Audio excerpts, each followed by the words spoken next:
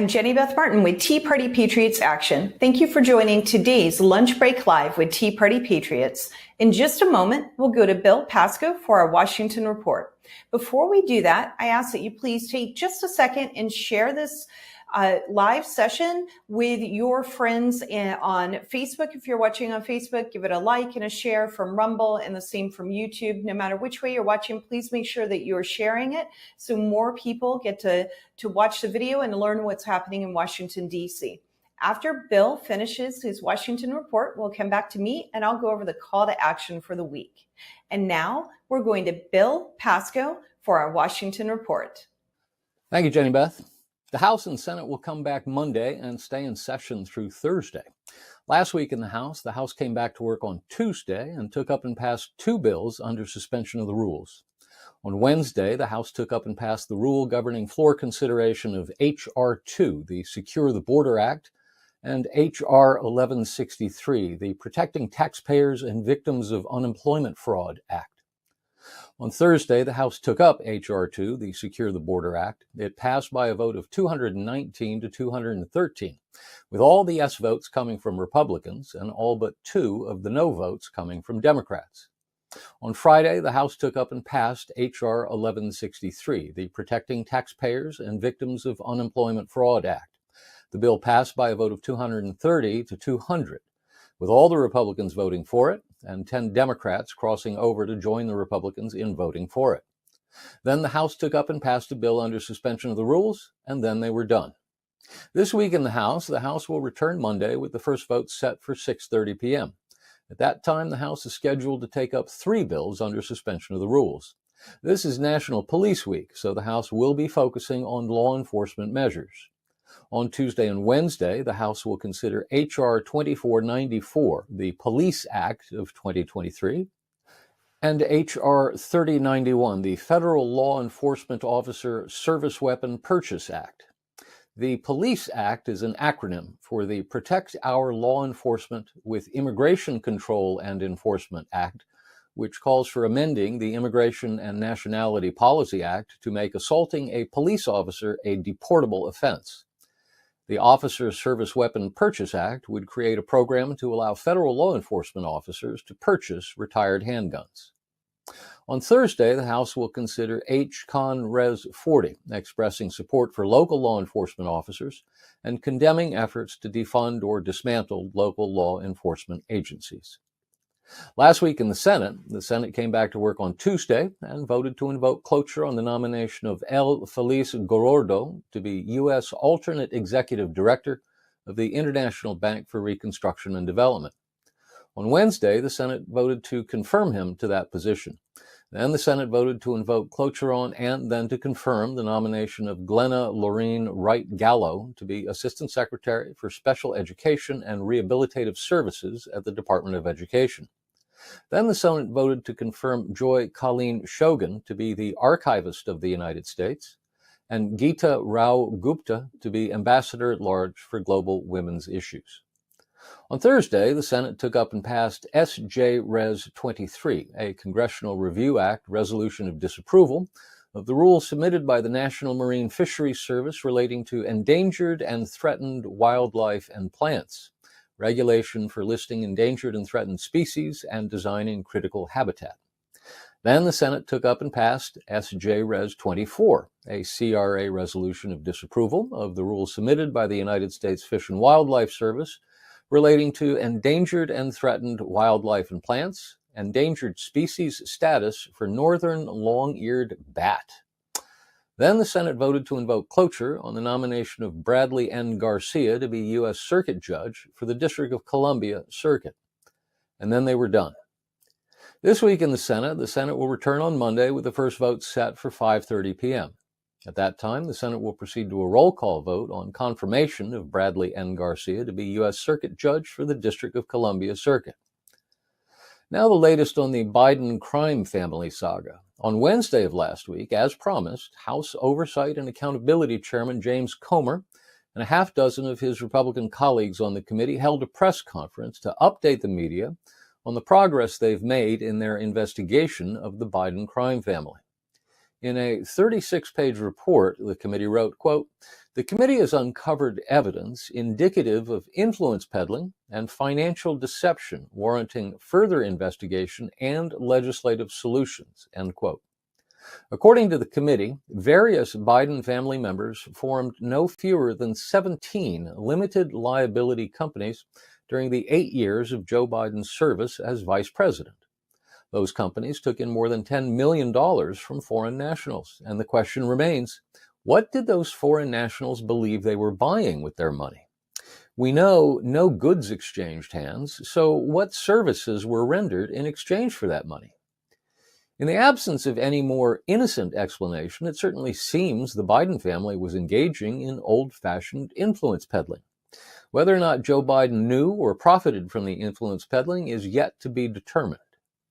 Later on Wednesday, the Federal Bureau of Investigation once again refused to hand over to the Oversight and Accountability Committee a document sought by the committee, which the committee believes contains evidence of Joe Biden engaging in a corrupt pay-to-play scheme with a foreign national. Chairman Comer blasted the FBI, quote, "It's clear from the FBI's response that the unclassified record the Oversight Committee subpoenaed exists, but they are refusing to provide it to the committee. We've asked the FBI to not only provide this record, but to also inform us what it did to investigate these allegations. The FBI has failed to do both. The FBI's position is trust, but you aren't allowed to verify. That is unacceptable. We plan to follow up with the FBI and expect compliance with the subpoena," end quote. Stay tuned. Now to illegal immigration. The public health emergency caused by COVID-19 was brought to an end last Thursday, and with it went Title 42, which allowed U.S. law enforcement authorities to turn back asylum seekers at the border. Since it was employed in the early days of the crisis, more than 2.7 million migrants were turned back at the border. In anticipation of the lifting of Title 42, tens of thousands of migrants have been traveling to Mexican border towns to prepare for attempted entry into the United States. The Biden administration has given directives to the Border Patrol to release migrants into the interior of the country if they are overwhelmed at the border, even though this violates current U.S. law. A federal judge in Florida, Judge T. Kent Wetherell II, issued a ruling Thursday night imposing a 2-week restraining order on the implementation of that new policy.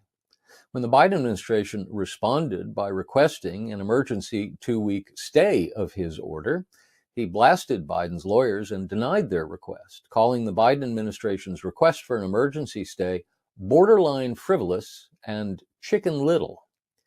What Judge Wetherell was saying, essentially, is that the Biden administration is lying about its plans for handling illegal immigrants at the border now that Title 42 has been lifted.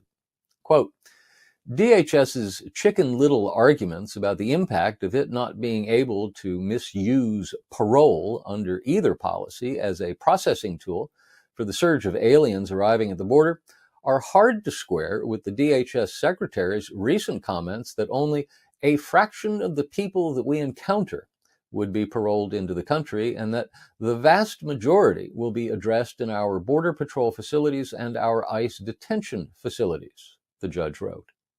DOJ lawyers made clear they will appeal Judge Wetherell's ruling to the 11th Circuit Court of Appeals. Now to the Julie Su nomination, the latest update. California Democrat Senator Dianne Feinstein returned to the Senate last week and cast a vote for the first time in months. That means Senate Majority Leader Chuck Schumer could be ready to move Labor Secretary nominee Julie Su to the floor for a confirmation vote any day now. Schumer wants it, and so does Biden. New White House Chief of Staff Jeff Zients has spent the last 2 weeks calling undecided Democrat senators, and Energy Secretary Jennifer Granholm and Commerce Secretary Gina Raimondo have joined the effort. Democrat senators believed to still be undecided include Arizona's Mark Kelly, West Virginia's Joe Manchin, and Montana's John Tester. Independent senators still up in the air include Maine's Angus King and Arizona's Kyrsten Sinema. Tea Party Patriots Action has had a call to action urging our supporters to call their senators to urge them to vote against the Julie Su confirmation for some time now. If you've taken the opportunity to call them, thank you, and please do it again. If you haven't had a chance yet, please do so this week. Now to the latest on the talented Mr. Santos. On Wednesday of last week, Congressman George Santos of New York, the talented Mr. Santos, was indicted by the federal government on 13 felony counts. The charges include 7 counts of wire fraud, 3 counts of money laundering, 1 count of theft of public funds, and 2 counts of making materially false statements to the House of Representatives. Santos pleaded not guilty to all counts. He said he would fight the charges and would not resign his seat in Congress. One of the charges accuses Santos of fraudulently receiving more than $24,000 in unemployment insurance benefits. During the time he says he was, when he applied to New York State saying he was unemployed, according to the indictment, he was working for a Florida-based investment firm and making $120,000 per year. Despite being indicted, Santos was allowed to continue voting in the House, including a vote in support of H.R. 1163, the Protecting Taxpayers and Victims of Unemployment Fraud Act. There's no telling what fun Democrat campaign operatives will have with that vote. Now to the debt ceiling. President Biden hosted the 4 congressional leaders last Tuesday at the White House to begin negotiations over a bill to lift or suspend the debt limit. The meeting ended with an agreement to continue talking. Aides to the 5 principals spent the next several days doing just that, with the first aides follow-up meeting being devoted to going through the bill passed by the House section by section. The president was scheduled to meet with the 4 congressional leaders again on Friday, but they decided to postpone the meeting until more work could be accomplished first. So now they've rescheduled a meeting of the 5 principals for Tuesday of this week.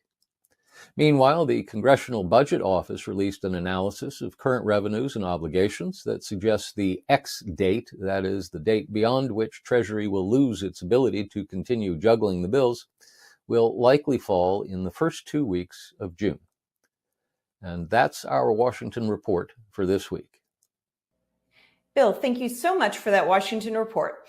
Now let's go through our call to action, which can be found at teapartypatriots.org. Again, that's teapartypatriots.org. So we have 3 calls to action this week that we're continuing from last week and even from before last week. The first one is that we have a petition to defend Clarence Thomas, and also we are asking you to call your member of Congress, so your congressman, and your 2 United States senators and let them know that you want the liberals in Congress to leave Clarence Thomas alone. So we are urging defense of Clarence Thomas, and the left continues to attack him. They lost control of the United States Supreme Court, and because they have lost control and they don't have the votes to expand the court, which would be a disaster for America, so thankfully they are not able to do that. Now they are intent on just destroying the reputations of the members of the United States Supreme Court. This is dangerous territory for America. It would be harmful if this continues into perpetuity for every single Supreme Court justice. And we need to stand up and to defend Supreme Court Justice Clarence Thomas. That's the first call to action. There are 2 more that are active right now. The next one is about the debt ceiling. So we are urging that the Democrats take action on the debt ceiling bill that the House Republicans have passed. They have passed a bill. It increases the debt ceiling, and at the exact same time, it adds fiscal constraints to the United States government so that we can work to get some of our out of control spending in check. This is a positive development for our country, and it is something that must happen. No one else has offered an alternative except that they just want to increase the debt ceiling with no strings attached whatsoever. Well, elections have consequences. The Republicans control the House of Representatives, and that means that the United States Senate and that the White House have to pay attention and work with the majority in the House of Representatives. And the House has presented a plan and an option, and right now it is the only viable one on the table. And so we need to back up the House, thank them for passing this, and urge the Senate to take it up and to pass it as well. The third call to action is to stop the border bleed. Our border is not secure right now with the expiration of Title 42 and Biden's refusal to enforce current immigration laws. What we are seeing is a flood, an invasion across the border, the likes of which we've never seen in our country before. We need to call on the Senate to pass H.R. 2, which the House voted on last week, and it passed. It is the best border security bill that we have seen in decades. It would shore up loopholes. It strengthens the border security, and it is what we need as Americans. So we are urging the passage of H.R. 2, and we are asking you to call your United States senators to urge them to support and to vote for it, to take up H.R. 2 in the Senate and to vote for it. In addition to that, if you did not see my podcast from last week, I encourage you to go back and watch it. You can find that at teapartypatriots.org as well. It is on all the major podcast platforms, but in that podcast, I interviewed Sheriff Joe Martinez from Valverde County, Texas. It is one of the border counties. We interviewed him for our documentary, Border States of America, that we did back in 2014.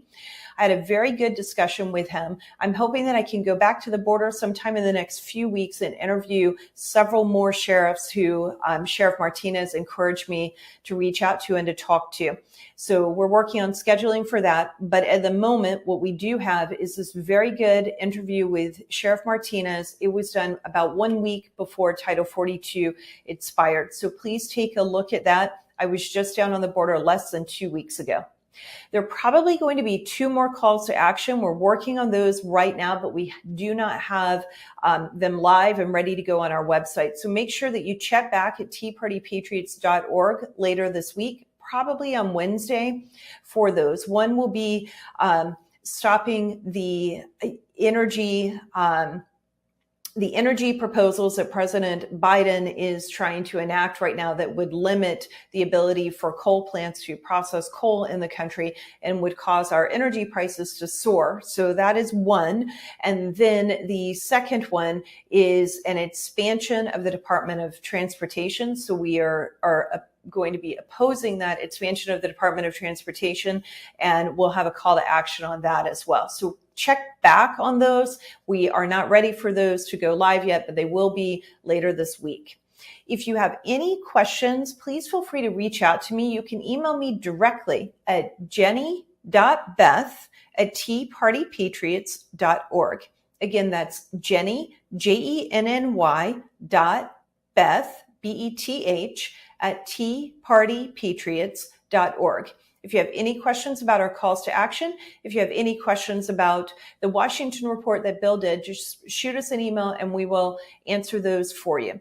And with that, please, one more time, I ask that you share this video with your friends on Facebook, on your other social media platforms. And also, if you're watching on Rumble, make sure you give it a like, and the same for YouTube. And we will be back again next week for Lunch Break Live with Tea Party Patriots. Thank you so much.